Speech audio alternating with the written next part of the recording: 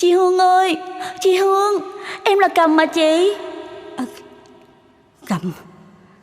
Phải rồi, Cầm. Em có gặp được chàng không em? Dạ có. Nghe lời chị, em có trao tận tay chàng không em?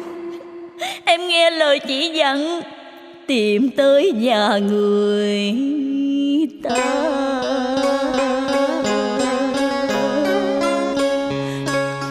Đưa câu đối mừng, người được bổ lên quan. Nhân tiện em kể chuyện cổ quán, bị quân đê hẹn lén đốt ra trò. Chàng nói gì, phản ứng ra sao? Mau nói chị nghe, đừng quý mị u buồn. Người chẳng nói chẳng rằng, bước đi một mạch. Em ngu ngơ nhưng cố chờ đợi, rồi người quay ra nhét vào tay em mảnh giấy này. Làm đĩ càng tay đeo hạt khảm, Tôn Ly đoài khéo nói rằng khôn. Sao chàng dùng những lời lẽ đắng cay, mặc áo giáp vải cài chữ đinh, mẫu kỹ canh khoe mình rằng quý. Chiêu hộ ơi,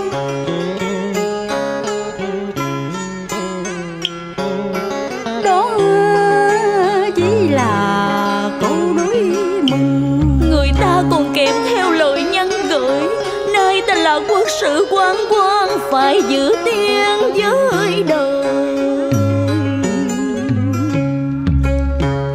Vậy là chàng đã lạnh lùng chối bỏ kỷ niệm tuyệt vời mà ta hằng nâng niu. Đúng là dò sông dò biển dễ dò, tưởng làm quan có thể giúp bạn tâm giao lúc nguy khó. Đằng này á, là phụ mẫu mà mắt lấp tai ngơ trước cảnh đàn bà gặp nạn mới hèn. Cầm, đừng nặng lời không nên. Biết đâu chàng có ẩn tình khó nói. Phận đàn bà tứ cố vô thân, nay lại thêm cảnh trắng tay. Người ta có giúp gì cho chị đâu mà cũng một tiếng vàng, hai tiếng vàng. Có chàng là chỉ có tất cả em mà. Nhưng người ta có coi chị ra gì đâu. Còn chuyện trái quán hôm nay, em nghĩ không ai khác ngoài thằng cha quan huyện hết á. Mấy lần em bắt gặp ổng sai người lén tới quán sửa thơ của chị treo trên vách á. Nói chuyện vô căn cứ, không có chốn dung thân đâu. Cầm. Dạ. May mà chị giữ được ít bạc bên mình. Em hãy cầm chút đỉnh, rồi tìm chỗ khác mà làm ăn. Chị quyết không dừng lại quán sao? Vốn liếng tiêu tan, hơn nữa nhìn nhân tình thê thái, càng não nuột hơn em mà. Giờ thì chị tính sao hả chị? Chị sẽ trở về Tam Đái, lo mãn tang phủ Vĩnh Tường. Thư thả chị lại đi chu du sông nước.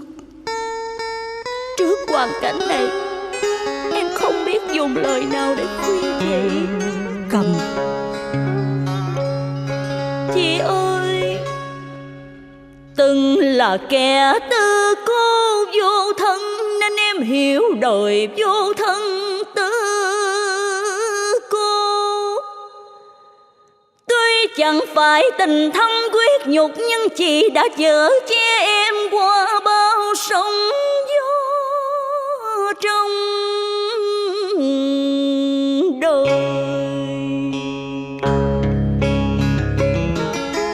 Em nguyện trong tâm sẽ theo chị đến suốt cuộc đời.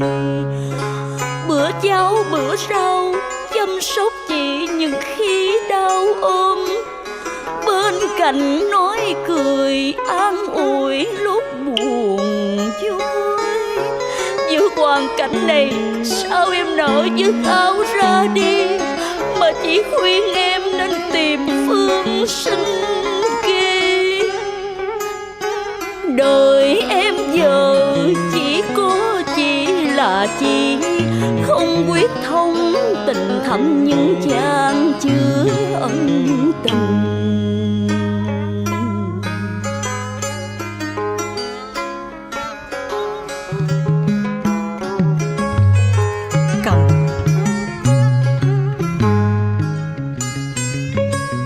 Cầm ơi, mình là hai kẻ lạ người xa,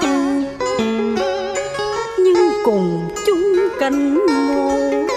Không mái ấm gia đình, cũng không chung thân. Phận nhi nữ thường tình liễu yếu đào thơ, đến bên đời chỉ với đôi bàn tay trắng. Nhưng chị hơn em là đã trải mùi chồng vợ, còn em chưa một lần nếm gì